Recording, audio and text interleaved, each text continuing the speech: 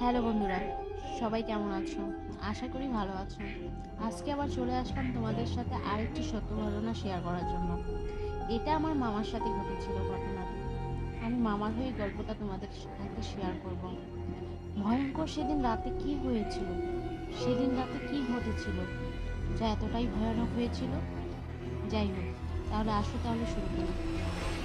যখন স্টেশন থেকে rail line থেকে আমি নামি, তখন প্রায় রাত 1টা বাজে। স্টেশন আমাকে নামিয়ে দিয়ে রেল লাইন আবার তার মতো চলা শুরু করলো। যখন ট্রেন চলে গেল ছেড়ে, তখন স্টেশনের ঘড়িতে গিয়ে দেখি তখন রাত 1টা বাজে। এত রাতে বাড়ির উদ্দেশ্যে কিভাবে যাব, যেখানে একটা ভ্যানও পাওয়া যাচ্ছে না। যাই হোক, কাঁধের ব্যাগটা কাঁধে ঝুলিয়ে স্টেশনের মাস্টার রুমে গেলাম। গিয়ে দেখি একজন লোক বসে আছে। তাকে জিজ্ঞেস করলাম যে এখান থেকে রসুলপুর কত কিলোমিটার দূরে। তিনি বলল এখান থেকে রসুলপুর প্রায় 6 কিলোমিটার দূরে। তুমি কি যাবে? হ্যাঁ হ্যাঁ, আমি রসুলপুরই যাব।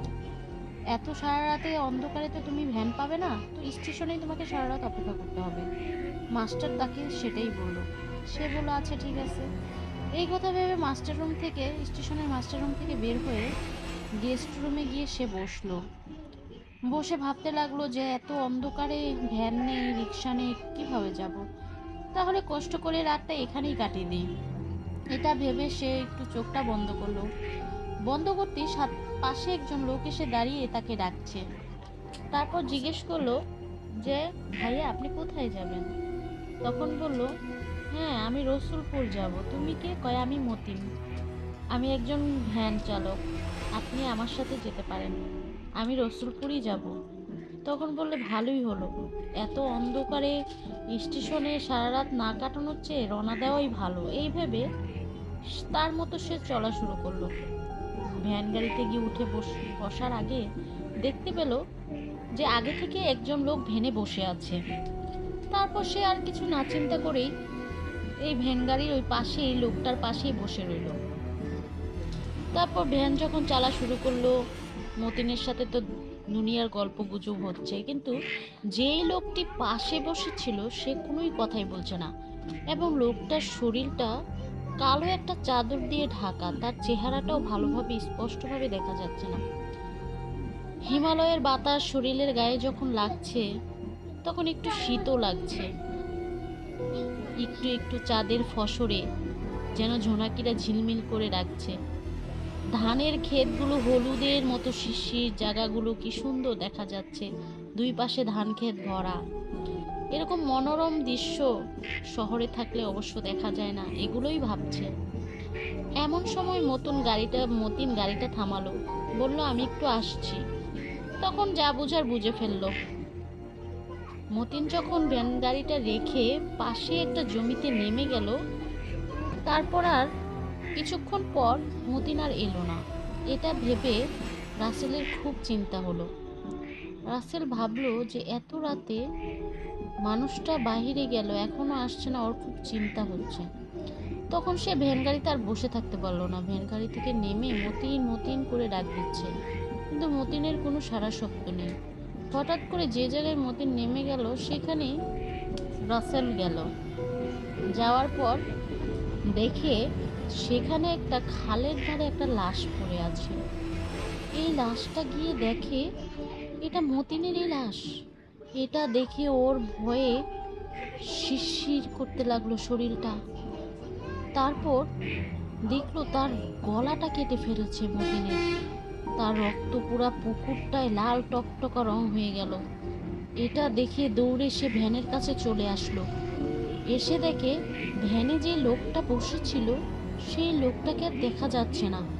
মতিন মতিনেও নেই, ওই লোকটাও নেই। ওই লোকটা কোথায় গেল অত রাতে?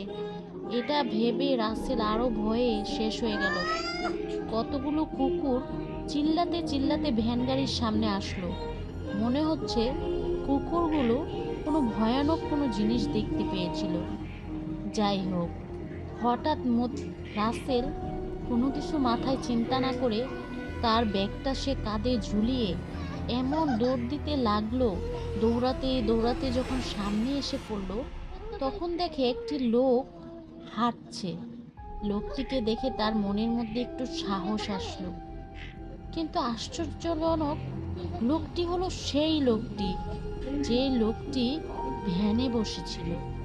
তখন যে ঢাক দিল, তখন বলল যে আপনি আপনি একলা একলা হেঁটে চলে আসছেন। আপনি আমাকে নিয়ে আসতেন, মতিনকে কে জানি মেরে ফেলেছে। লোকটি এতক্ষণ পর বলল, ও তাই। কণ্ঠটা যেমন জানি একটু মোটা গলাই বলল। তখন রাসেল বলল, আপনার চেহারাটা কি একটু দেখা যাবে? তখন লোকটি তার চেহারাটি খুলল, চাদরটা মুড়ি থেকে মুখটা বের করলো। করার পর রাসেল যা দেখলো তার ভাবার মতো না। সেই মতিন এই চাদর মুড়া দিয়ে হাঁটছে। এটা দেখে রাসেল সেখানেই অজ্ঞান হয়ে গেল। তার জ্ঞান যখন ফিরল, দেখে রাসেলের বন্ধু, পরিবার, পরিজন তার পাশে আছে। তাহলে সেদিন রাত্রে আসলেই কি এরকম ঘটনা ঘটেছিল? অবশ্য আমাদের জীবনে এরকম নানান সত্য ঘটনাগুলো ঘটে থাকে, আমরা হয়তো বিশ্বাস করি না, কিন্তু আসলেই ভৌতিক কিছু আছে, আসলেই ভৌতিক কোনো বিষয় সত্য। যাই হোক বন্ধুরা, আমার গল্পটা ভালো লাগলে অবশ্যই আমার চ্যানেলটা সাবস্ক্রাইব করো।